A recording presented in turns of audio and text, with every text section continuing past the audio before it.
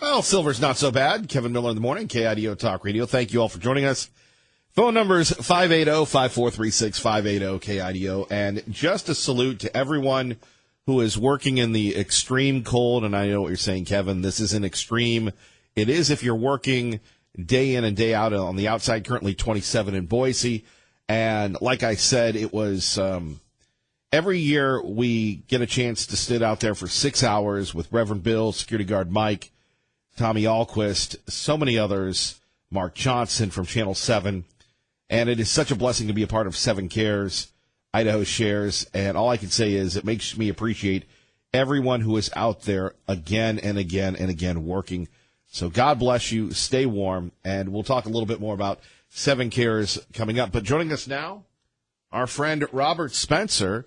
So dangerous, he's banned from Facebook, from Jihad Watch. Good morning, sir. Hey, good morning. How are you? Now, I have a little information on you. Uh-oh. I don't know if you're aware of this. Now, we had a chance to catch up with you at the fair event in Washington, D.C. Yeah. And you're going, yeah, Miller, I talked to like 75 people there. I get it. So a friend of mine who works at another radio station took a picture of you and put it on Facebook. And within 5 minutes, Facebook tagged him, zapped him, and took off the picture. Yeah, I'm not surprised.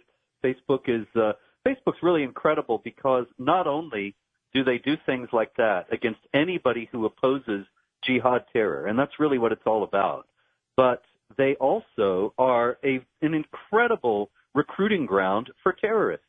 And this is just this morning, I've been reading yet another news article about how social media is a hotbed for jihad terrorist activity. Facebook, Twitter, the rest of them, they don't do anything about it. But if you dissent from the leftist line, then they will zap you immediately. Yeah, I couldn't believe it. Within 5 minutes, your picture was zapped, and they were warned not to put it back up there. And I'm thinking to myself, the next time we have Mr. Spencer on, we've got to share that with him. I appreciate that. I mean, it's sort of horrible, but the more they do it, the more they're destroying themselves, because ultimately, if they completely try to silence and disenfranchise half the American population, then I expect that somebody's going to figure out some other platform we can go on. Well, that would be nice, but how can we explain the hypocrisy of Facebook that can zap you but can let the terrorists run wild and free and recruit? Well, I'll tell you, they are globalist, socialist internationalists, and so they want to appeal to as many people as possible. But that's not American people, that's worldwide. And so that means, well, there are a billion Muslims, and they're very concerned that any criticism of Islam be shut down, whereas Christians and other non-Muslims don't really care if their religions are criticized. So we're going to be Sharia compliant and shut down all criticism of Islam. And if you think that I'm exaggerating or making this up, let me tell you something else. In the summer of 2017, the vice president of Facebook, Joel Kaplan, actually flew to Pakistan, and he met with Pakistan's Interior Minister, Chaudhry Nisar Ali Khan, and he promised him that Facebook would immediately remove all material that was critical of Islam. And Facebook has done that ever since. How in the world have we gotten to a place today where people prefer one religion over another? And what is it, fear? What do you think? Yeah, to a tremendous degree, it's fear. It's kind of paradoxical because the same people who insist that Islam is a religion of peace will also be the most fearful. One example of this I got a few years ago. A guy told me that he had gone into a bookstore and asked for my latest book. And the clerk in the bookstore said, "Oh, we don't carry that. That's Islamophobic trash. Islam is a religion of peace. And besides, if we did carry it, we'd get blown up." And I thought, okay, so it's a religion of peace, so you don't carry this Islamophobic trash, but you know in your heart of hearts who to be afraid of, and you are afraid of them. It is amazing. Mr. Spencer, Jihad Watch, we'll get to your books in a minute. We always appreciate your work. What's it like being you? Have you been threatened? And, that doesn't make the headlines when you get threats. No, actually, I've not only been threatened, but I was one of the targets of the first ISIS attack on American soil which most people don't know about. It was in Garland, Texas, a suburb of Dallas, on May 3rd, 2015. And Pamela Geller and I were hosting a Muhammad cartoon contest to show that we were going to defend the freedom of speech and that we were not going to be intimidated into silence by the shooting of the Charlie Hebdo Muhammad cartoonist. And sure enough, they tried to get us as well. Two jihadis from Phoenix drove all the way to Dallas and came to our event. They got out of their car and opened fire, and our security team took them out. But if they had been successful, then I wouldn't be here talking to you now. And then a couple years after that, I was invited to speak in Iceland, spring of 2017, and I had a very successful event there, and then was poisoned by a leftist in a restaurant after the event. He came up pretending to be a well-wisher, shook my hand, leaned over the table. I did not know that he had slipped something into my drink until after I had drunk it and started being very sick, spent the night in the emergency room. And even there, a leftist doctor with a ponytail whose Facebook page is full of how terrible and racist the foes of mass Muslim migration into the West are, he didn't do basic tests and essentially left me to die. But I didn't, and so I'm still here. Well, that's amazing. So you were poisoned, and then you had the leftists slow-walking your recovery, your treatment. Yeah, he just left me there all night, essentially. When later I spoke, I actually filed an ethics complaint against him with the Icelandic Medical Board, but they ruled in his favor, doubtless because they don't want the embarrassment of an American being poisoned in their land. They just wanted to cover the whole thing up, as did the police. But what happened, I went to an emergency room doctor in the States, and he explained to me that basic emergency room protocol all over the West would have required some tests that the guy didn't do and some monitoring that the guy didn't do. And that's very clear in the records. They essentially did nothing. And me being in my mid-50s and not in tremendously good shape, the emergency room doctor here wrote me a statement saying that this negligence was indeed life-threatening. Robert Spencer joining us, 107.5 FM, 580 AM, the author of The History of Jihad, From Muhammad to ISIS. Where are we in the war against ISIS, sir? Well, ISIS has lost 99% of its territory in Iraq and Syria. A few years ago, it controlled a territory larger than Great Britain. But now, as soon as Trump came in, he changed the rules of engagement, and that land has been almost completely rolled up. But there's one other problem, and that is that ISIS, in its heyday, attracted 30,000 foreign jihadis from 100 different countries. Most of those men are actually still alive, and many of them have returned, including to the U.S. and to Western Europe. And so they pose an ongoing threat because ISIS has now shifted its strategy and has repeatedly called upon Muslims in the West to mount lone wolf attacks against innocent civilians. And so I think we're going to be hearing quite a bit more, unfortunately, from this group in the future. You really praise President Trump's about face compared to the Obamas? Oh, yeah, absolutely. In the first place, the ISIS victory is undeniable. It's certainly an ongoing threat in the West, but it was already, and the fact that it no longer controls that territory is very important, not only, of course, because of the misery that it brought to the people who lived there, but because it was an ongoing threat to the region and to the world as a whole. And Obama had left it on the path of essentially normalization. The longer they controlled that territory, the more likely it was going to be that the other countries were going to start dealing with it as if it were a country. And that was actually already happening. The Turks were buying its black market cheap oil, and so were some of the other surrounding states, and they refused to stop when John Kerry asked them to. And so it's a very big difference. And he's also changed, Trump that is, the counterterror strategy in the U.S., where Obama in 2011 deleted every reference to Islam and jihad from counterterror training. And Trump has just recently revised the strategy, the counterterror strategy of the intelligence agencies, and has acknowledged in there that Islamist terrorism is a problem. And that's a very important thing. It's not just words, because that actually enables something that Obama had forbidden. The counterterror analysts can now study Islam and jihad in order to understand the mindset of the enemy, whereas under Obama, they were actually not permitted to do that. Your thoughts on the legacy of Obama? A disaster. Look, the guy's a traitor. Let me be very clear about it. That's a serious charge, and people might say, oh, he's just being hysterical. But what is treason according to U.S. law? It's giving aid and comfort to the enemy. Who's the enemy? Well, there is a nation in the world where they've actually ordered their people every Friday in the mosque to chant death to America. And he gave them billions of dollars.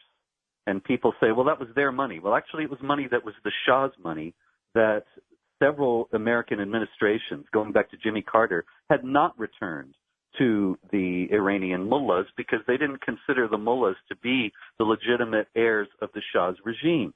But Obama reversed that, gave them billions, and they gave it to, those billions were then given to jihad terror organizations. So it seems to me that if you've got somebody who's giving money to an entity that's chanting death to America and that uses that money to finance terror groups, well, if that's not treason, I don't know what is. Our great friend Robert Spencer joining us from Jihad Watch, the history of jihad from Muhammad to ISIS. What about Al-Qaeda? What's going on with them? Al-Qaeda is still there, and they are still active. They are less flashy than ISIS, but they have also called for lone wolf attacks against innocent civilians. These things are happening also. I mean, like, for example, yesterday in France, there was a man in a train station in the city of Mulhouse who started to stab people, stabbed one woman in the neck, stabbed 3 people before he was subdued. And the police immediately said, oh, he has mental problems. And they always say that these people have mental problems. But I'll tell you something. There is an increasing frequency of Muslims screaming Allahu Akbar and stabbing people randomly in Western European countries. And then the cops say, oh, this is a guy who's mentally ill. Whereas that's exactly what ISIS has called for and Al-Qaeda has called for. So these threats are real, and these groups are continuing to try to sow mayhem in the West. And, of course, the ultimate objective is to bring down Western governments so that they can be replaced by Sharia governments. And finally, Mr. Spencer, what do you say to the Muslims that live in America that are peaceful? On, you know, here's the standard Kevin Miller question: are there good Muslims? Oh, of course there are. And there are Muslims who are living in America who are grateful to be here and are law-abiding and loyal citizens. The thing is, though, that there is not any concerted effort on the part of the Muslim community to fight against jihad terrorists. And jihad terrorists have been shown again and again and again to have been active in American mosques. Every time there's a jihad attack, it turns out the guy is active in the local mosque.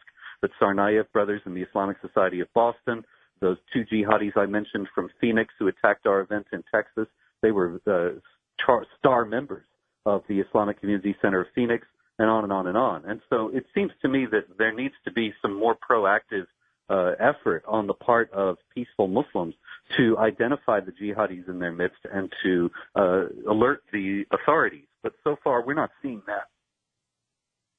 Mr. Spencer, if people want to get a hold of you, get the latest, what can they do, sir? I'm at jihadwatch.org and jihadwatchRS on Twitter, at least for now. And the book is The History of Jihad from Muhammad to ISIS, the first and only comprehensive history of jihad from the beginning to the present day. And that's at Amazon.com, BarnesandNoble.com, and any self-respecting bookstore. Well, we appreciate you, sir, and keep up the good fight. We'd love to have you back.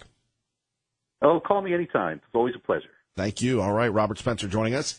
Kevin Miller in the morning. Phone numbers 580-5436, 580-KIDO. 107.5 FM, 580 AM. Let's continue on. A little chilly, but we'll go to R&R, who wants to share some thoughts with us. Good morning, R&R. Yes, sir. Hey, kudos again to Ray.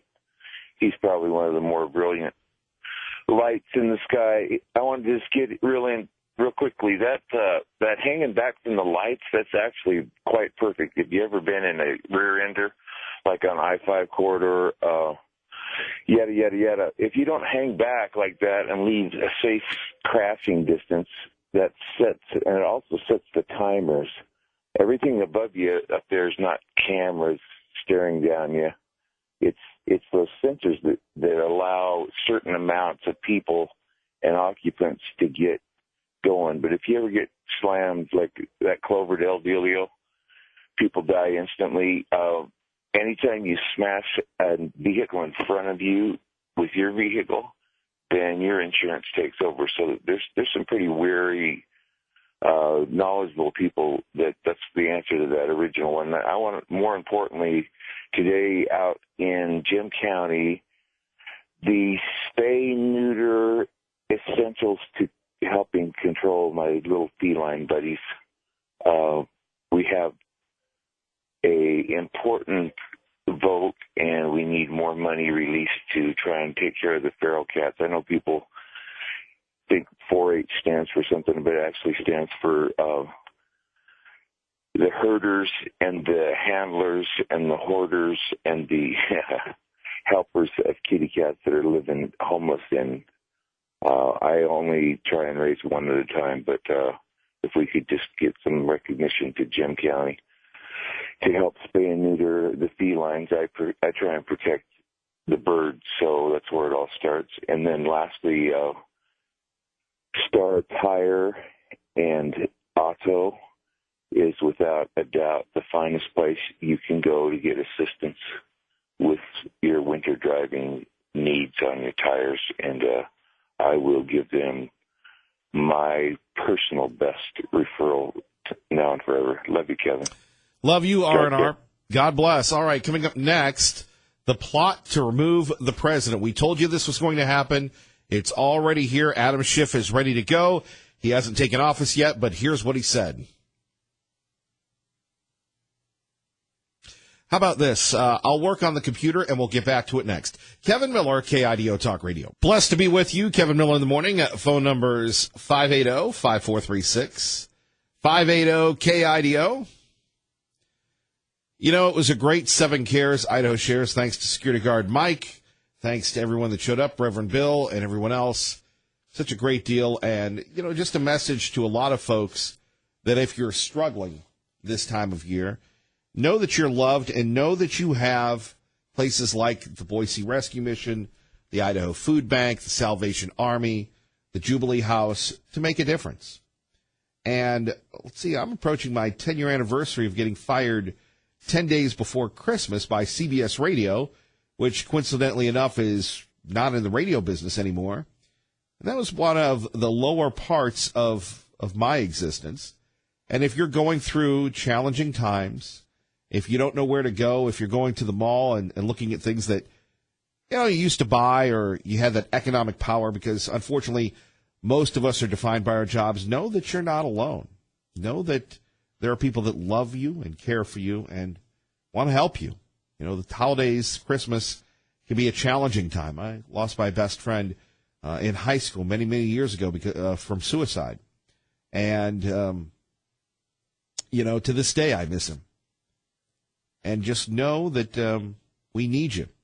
I need you, certainly, because Donald Trump, he's got some enemies that are out to get him, and we need to show him that we're standing here for him. And look, if it doesn't work out for the presidency, maybe he can become the governor of Idaho when Brad Little is done.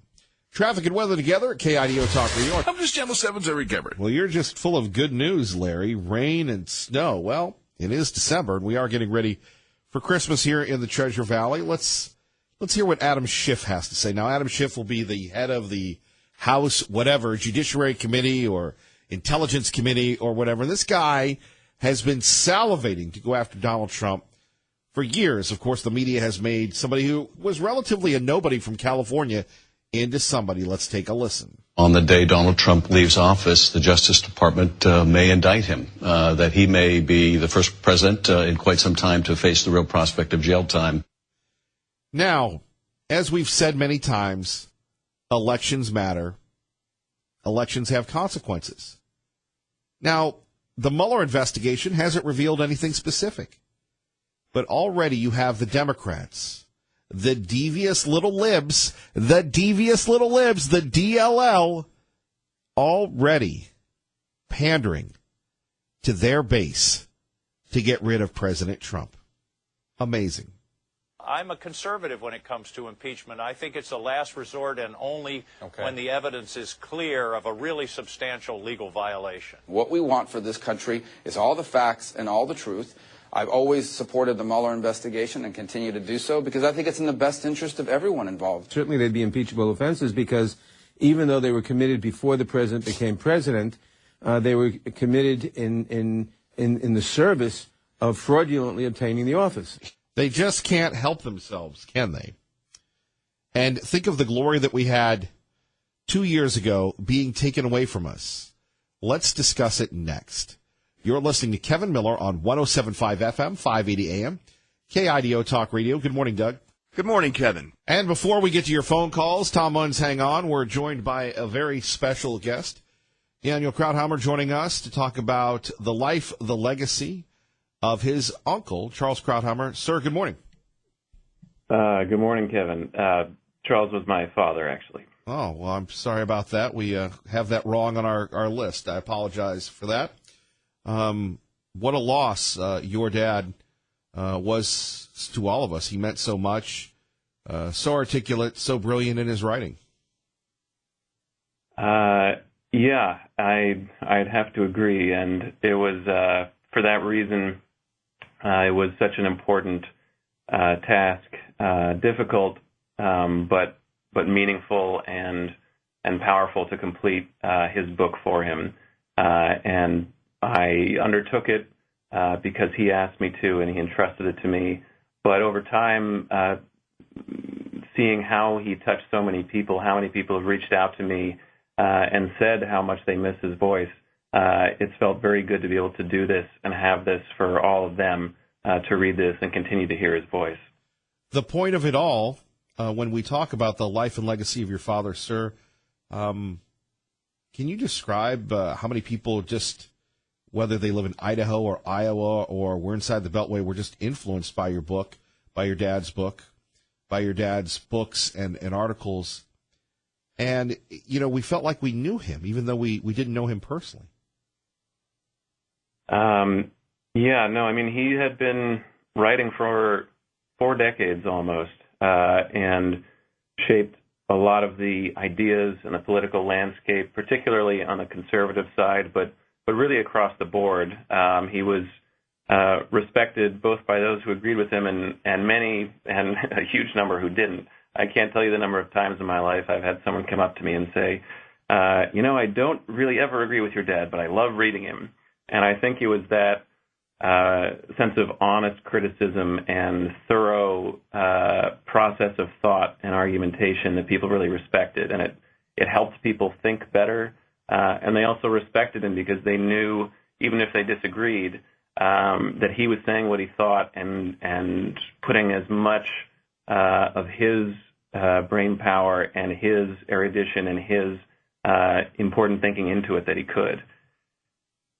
Yeah, when you talk about your personal relationship with your father, can you share the insight again? He was the wise one, whether he was on the Big Fox or we were reading his work or reading the blogs or the articles from the Washington Post. It was always must read. We always had to read Charles Krauthammer.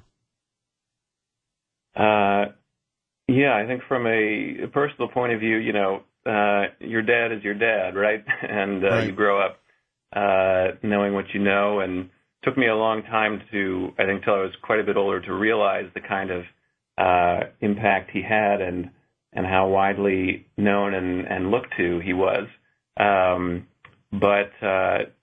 I think I have a particularly privileged view that I'm incredibly thankful for, to have had him as my father. He was a wonderful father.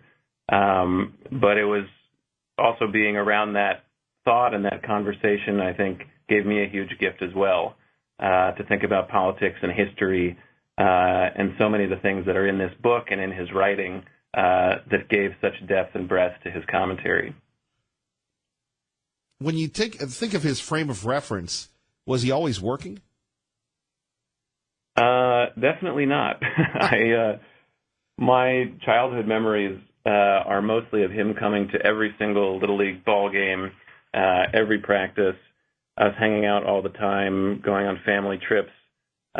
So he certainly was was not someone who missed out on personal life for work. And I think that actually, now that you mention it, is quite incredibly reflected through the book. This is a compendium of some of his best, most powerful words, some of which had never been published before.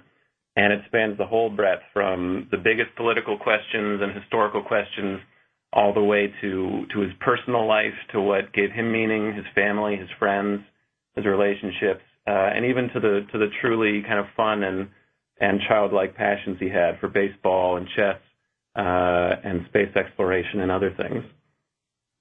Well, Mr. Krauthammer, we appreciate the point of it all. We urge people to get it. Again, my apologies on the miscommunication.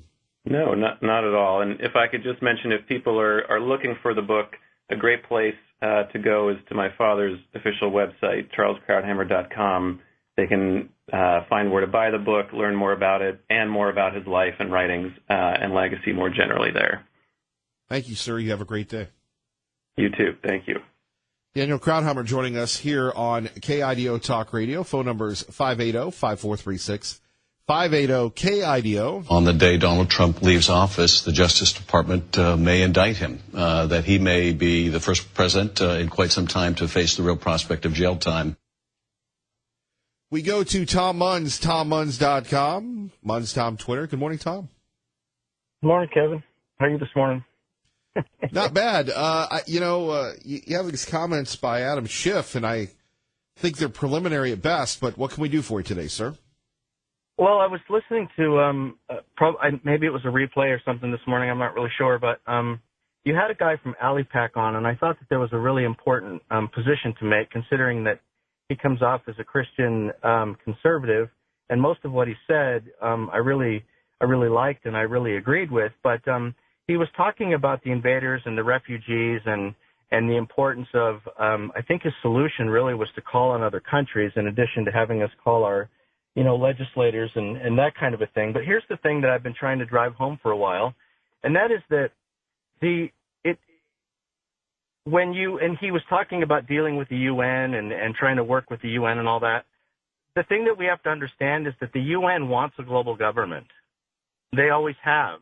They were put in place in 1945 to be able to establish a one world government. And part of this thing, which is the thing I can't seem to drive home, is that it is inconsistent for us to think that somehow our borders are going to be protected when we have a government that and the gravitation that people seem to have now. The average citizen is more of a global citizen than they are anything having to do with having any pride for our nation at all.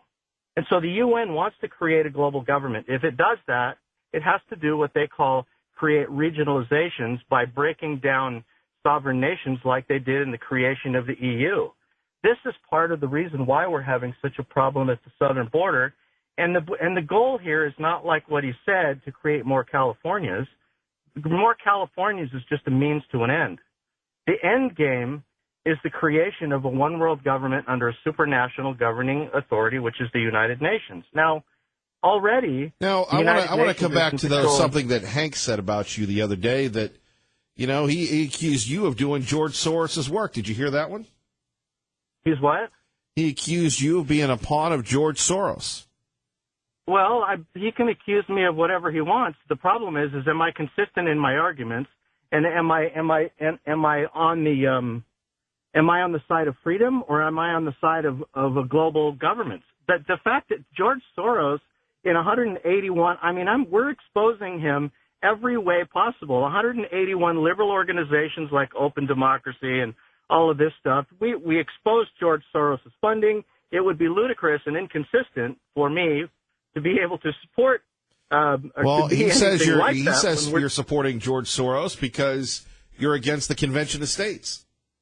Well, then I'd love to go on the record with him at some point in time, and you can arrange that whenever you want. We'll go head to head. I've been wanting to meet him for a while anyway. But here's the thing. So going back to this for 1 second, the United Nations is in control of education, environmental regulations, human rights, censorship, gun regulations, military, trade agreements, and healthcare, and much more. So now when I'm talking about something like that, and I'm exposing things like that How can I possibly be? Well, because you're against the a pawn for convention. George Soros? You're against the Convention of States, and so is George Soros. You know You're what? doing his work. Our organization has been called communist, and we've been called anti-Semitic, and we've been called. You know what? These guys they haven't even looked at. We're the only organization that is opposed to Convention of the States, and we have met every objection. I've never even seen Hank at any one of these things, or he hasn't introduced himself to me, to be able to sit down and to be able to discuss the differences on this. Now, if I have 1 second, I can make this perfectly clear. You've had a lot of seconds here already. Well, I'm just saying, if I'm going to make this point, if we're going to do this Convention of the States thing, let's ask Hank this. Are you a federalist, meaning do you believe or federal supremacy, where you believe the feds can control the states, or do you believe in the states' power under the 9th Amendment and the 10th Amendments to be able to fight against the abuses of the federal government? Now, you can leave when he calls. Now, wait a minute. Okay. We've made the point there. All right. Thank you very much. You're welcome. All right. Bye-bye. 580-5436. 580-KIDO. Kevin Miller in the morning here. Phone numbers 580-5436. 580-KIDO. We go back to this, and we can get lost on this in a minute. But one of the issues that we're seeming to ignore is what's coming out of the soon-to-be Democrat House of Representatives, and they're already set to impeach the president. And you have people that don't have the same passion for critical thinking, the same passion for patriotism, that are blinded by their hatred for Donald Trump, that are all for this. So we continue to seek to undo the rightfully elected president of the United States of America. What concerns me and should concern you is when you have this gentleman leaves office, the Justice Department may indict him, that he may be the first president in quite some time to face the real prospect of jail time. Right, and he may win the lottery, but you're going to have people in the echo chamber echoing this. This is just blatantly wrong, irresponsible, and Mr. Schiff should be placed on some type of sanctions for saying these things. I'm a conservative when it comes to impeachment. I think it's a last resort and only. Why are they talking about impeachment already? I don't get it. Okay. When the evidence is clear of a really substantial legal violation. What we want for this country is all the facts and all the truth. I've always supported the Mueller investigation and continue to do so because I think it's in the best interest of everyone involved. Certainly they'd be impeachable offenses because even though they were committed before the president became president, they were committed in the service of fraudulently obtaining the office. Here it appears the Justice Department doesn't think there's any problem of proving that this was intended to principally affect the election.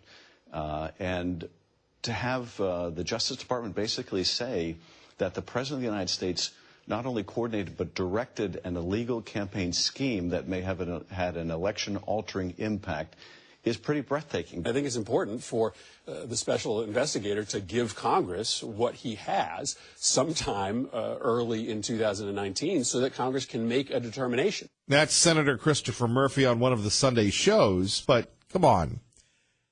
Are we really going to go down this rabbit hole? Is this what America voted for? And you have the Democrats, the devious little libs, actually cheering the market tanking. Where is their love for country? Pete from Mountain Home, good morning. You're on KIDO Talk Radio with Kevin Miller. Good morning, Pete. Kevin, I got a real quick message for the Democrats with little pencil neck Schiff and the others that are trying to undo the results of our last election by us deplorables. They had better take a real close look at what's going on in France right now with the yellow vest rioting, and they better ask themselves, do they want that in America?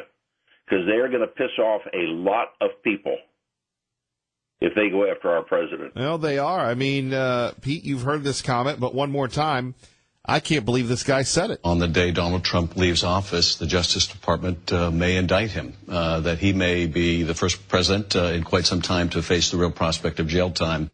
Who is this guy? He is a nobody that the media loves because he hates Trump. And it just, the entire attitude of the Democrat Party is the same as that of Mr. Macron in France. You people are dirt, don't tell us what to do. and they may just find that coming back on them. Duly noted. Thank you, Pete. You bet. Bye-bye. 580-5436, 580-KIDO. You're listening to Kevin Miller on KIDO Talk Radio. Good morning. How are you? Kevin Miller here with you. Now, here's something. Many of you love the state of Montana, many people from Montana that have moved to Idaho. But a university in Montana, the University of Montana Western. Now, you think of a name like that, the University of Montana Western. What does that mean? It means, ruggedness, Montana, the wilderness. Well, Kevin, it means a lot of rich people moving in from California, ruining the state. Well, that's true as well. By the way, sidebar, as I raise my right hand, sidebar, going back to folks from California that we, have a little fun with, but obviously we give the voice to the masses because no one else will call them out on it. Not the good people from California, but the devious little libs. So the other day I'm on Emerald, right by Eagle Road, having a good time, getting a prescription from Portico Pharmacy. Hello, Charles and the crew. And I'm just sitting there, and I'm looking next to me, and I'm hearing this loud music. And I'm looking at this woman rocking out to hip-hop or gyrating to something. And I'm going, wow, you don't really see that in Idaho. And it was two of the Kevin Miller hot points. Number one, she was driving a silver pickup truck, looked like a Ford, with her windows all the way up, and obviously immune to anyone around her. Her music was so loud, I couldn't hear what Dave Ramsey was saying. And it was almost to the point I almost pulled a millennial where I was going to get out my phone and just take a video of her. But, you're in your car, you're not supposed to do that. So as she zoomed away, and by the way, when I mean zoomed away, guess what license plate she had on? What license plate was on that vehicle? Oh, it's true. It's true. California. And I go, wow. Here, that says it all.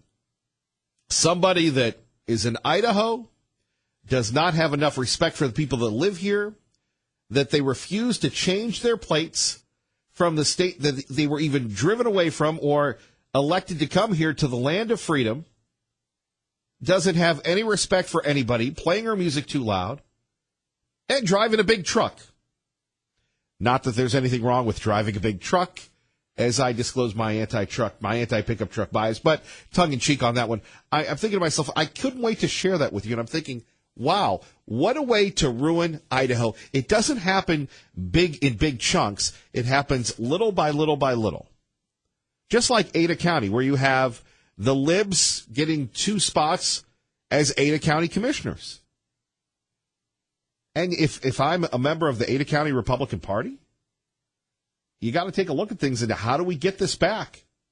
How do we support the thing? Senator Martin, he won by 10 votes, 11 votes? And he's quoted now as saying, I've got to listen to people that may not like me or may not agree with me. I don't know. I think it's time to rally the base. The base wants to be rallied. More coming up on that, plus this goofy strategy of censorship at the University of Montana Western. First, traffic and weather together, 107.5 FM, 580 AM. Good morning, Dave.